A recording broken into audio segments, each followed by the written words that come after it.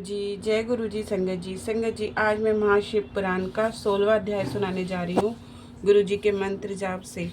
ओम नमः शिवाय, शिव जी सदा सहाय। ओम नमः शिवाय, गुरु जी सदा सहाय।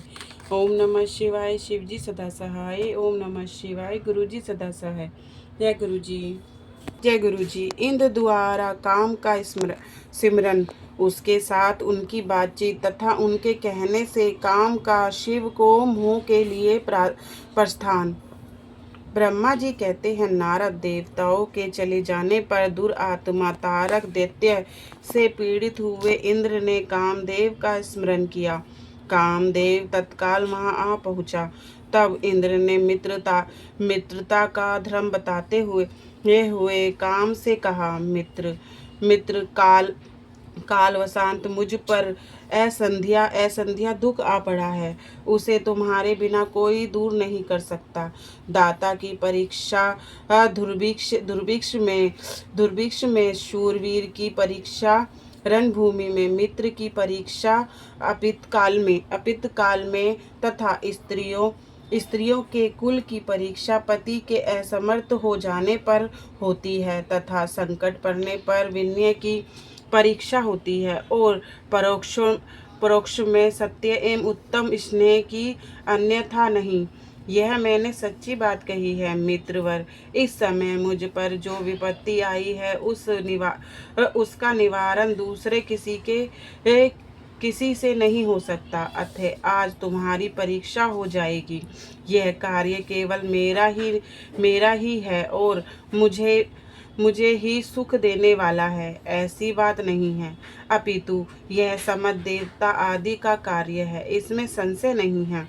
इंद्र की यह बात सुनकर कामदेव मुस्कुराया और प्रेम पूर्वक गंभीर वाणी में बोला।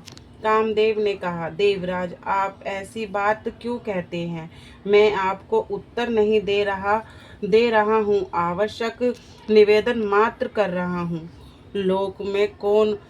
लोक में कौन उपकारी मित्र है और कौन बनावटी, यह स्वयं देखने की वस्तु है, कहने की नहीं। जो संकट के समय बहुत बातें करता है वह काम क्या करेगा? तथापि महाराज प्रभु, मैं कुछ कहता हूँ, उसे सुनिए। मित्र जो आपके इंद्र पद को छीनने के लिए दारूर तपस्या कर रहा है, आपके उस शत्रु को मैं सर्वथा तपस्या से भ्रष्ट कर दूंगा। जो काम जिससे पूरा हो सके, बुद्धिमान पुरुष उसे उसी काम में लगाएं।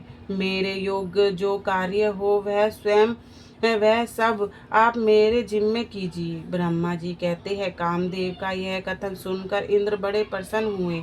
वह कामनियों को सुख देने वाले काम को प्रणाम करके उससे इस प्रकार बोले।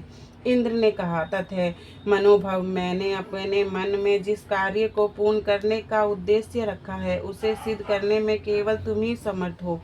दूसरे किसी से उस कार्य का होना संभव नहीं। मित्रवर, मनोभव काम जिसके लिए आज तुम्हें सहयोगी अपेक्षा हुई है उसे ठीक बता रहा हूँ, सुनो।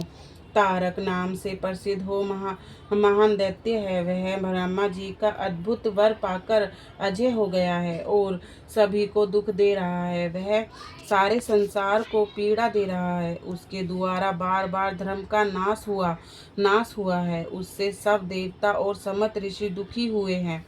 संपूर्ण देवताओं ने पहले उसके साथ अपनी पूरी शक्ति लगाकर युद्ध किया था, परंतु उसके ऊपर सबके अस्त्र शस्त्र निफल हो गए हैं। जल के स्वामी वरुण का पास टूट गया है। श्री हरि का सुदर्शन चक्र भी वहां सफल नहीं हुआ।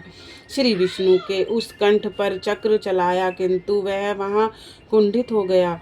ब्रह्मा जी ने महायोगीश्वर भगवान शंभु के वीर्य से उत्पन्न हुए बालक के हाथ से ही दुरात्मा दैत्य की मृत्यु बताई है। यह कार्य तुम्हें अच्छी तरह और प्रयत्न पूर्वक करना है मित्रवर। उसके हो जाने से हम देवताओं को बड़ा सुख मिलेगा। भगवान शंभु गिरिराज हिमालय पर उत्तम तपस्या में लगे हैं। वह हमारे भी प्रभु हैं। कामना के वश में नहीं है। स्वतंत्रता परमेश्वर हैं। मैंने सुना है कि वह गिरिराज नंदिनी पार्वती पिता की आज्ञा पाकर अपनी 2 सखियों के साथ उनके समीप रहकर उनकी सेवा में रहती हैं। उनका यह प्रयत्न महादेव जी को पति रूप में प्राप्त करने के लिए है, परंतु भगवान शिव अपने मन को संयम नियम से वश में रखते हैं। मात्र जिस तरह भी उनकी पार्वती में अत्यंत रुचि हो जाए, तुम्हें वैसा ही प्रयत्न करना चाहिए। यही कार्य करके तुम कर्ताक हो जाओगे और हमारा सारा दुख नष्ट हो जाएगा। इतना ही नहीं, लोक में तुम्हारा स्थायी प्राप्त फैल जाएगा। ब्रह्मा जी कहते हैं, नारद, इंद्र के ऐसा कहने पर कामदेव का सुख मुखारविंद प्रसन्नता से खिल उठा। उसने देवराज से प्रेम पूर्वक कहा, मैं इस कार्य को करूँगा, इसमें संशय नहीं है। ऐसा कहकर शिव की माया से मोहित हुए काम ने उस कार्य के लिए स्वीकृति दे दी और शीघ्र ही उसका भार ले लिया। वह अपनी पत्नी रति और बसंत को साथ ले बड़ी प्रसन्नता के साथ उस स्थान पर गया जहाँ साक्षात योगेश्वर शिव उत्तम तपस्या कर रहे थे। जय गुरु जी, शुक्राना गुरु जी, अनंतम शुक्राना।